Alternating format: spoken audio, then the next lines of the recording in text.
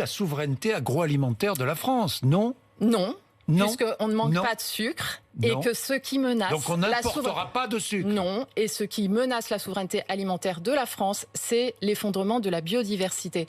Et je voudrais ajouter une chose qui est très importante, Jean-Jacques Bourdin. C'est que la France a été le premier pays au monde à interdire les néonicotinoïdes. Oui. Et que ce pays, la France, décide de faire marche arrière, va être l'argument publicitaire de toutes les firmes de l'agrochimie partout dans le monde pour dire que les néonicotinoïdes, on ne peut pas s'en passer. 11 pays en Europe utilisent encore les néonicotinoïdes. Ça, c'est un scandale. 11 pays en Europe, dans une Union européenne... Dans une Union européenne qui ne fait pas son travail, qui est faible par rapport aux grands de l'agroalimentaire. C'est un point extrêmement important. Oui. La filière française, c'est vrai, subit la concurrence déloyale de pays européens qui sont les mêmes que ceux qui ont voté en 2018 quand l'Europe, à la suite de la loi française, a interdit les néonicotinoïdes. Il y a des pays qui étaient contre.